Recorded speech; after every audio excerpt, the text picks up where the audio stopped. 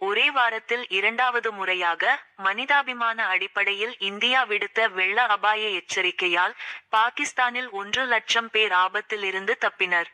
ஜம்மு காஷ்மீரின் பஹல்காம் தாக்குதலுக்கு பின் ஆபரேஷன் சிந்தூர் என்ற பெயரில் நம் படைகள் பாகிஸ்தானுக்கு பதிலடி கொடுத்தன.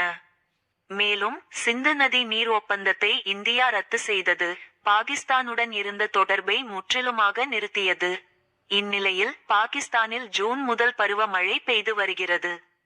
வெள்ளத்திற்கு இதுவரை 800க்கும் மேற்பட்டோர் உயிரிழந்தனர்.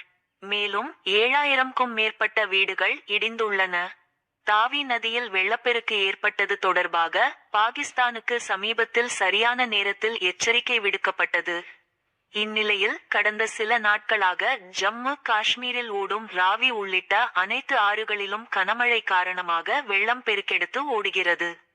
இந்த ஆறுகளில் பெரும்பாலானவை பாகிஸ்தான் ஆக்கிரமிப்பு காஷ்மீர் மற்றும் பாகிஸ்தானின் பஞ்சாப் மாகாணம் வழியாக கடலில் சேர்கிறது. எனவே மனிதாபிமான நடவடிக்கையாக மத்திய அரசு பாகிஸ்தானில் உள்ள இந்திய தூதரகம் மூலம் பாகிஸ்தான் அதிகாரிகளுக்கு வெள்ள அபாய எச்சரிக்கை விடுத்தனர்.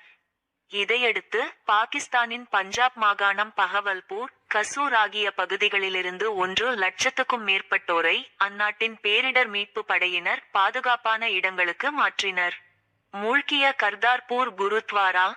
பாகிஸ்தானின் பஞ்சாப் மாகாணம் நரோவால் மாவட்டத்தில் உள்ள கர்தார்பூர் குருத்வாரா தர்பார் சாஹிப் சீக்கியர்களின் முக்கிய குருத்வாராக்களில் ஒன்று.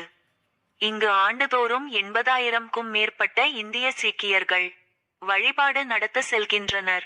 இந்த குருத்வாரா ராவி ஆற்றின் வெள்ள நீரில் மூழ்கியது. அங்கு 100க்கும் மேற்பட்டோர் சிக்கி தவிக்கின்றனர். அவர்களில் இந்தியர்கள் உள்ளனரா என்ற தகவல் இல்லை. வெள்ளத்தில் சிக்கியவர்களை மீட்கும் பணி நடைபெறுகிறது.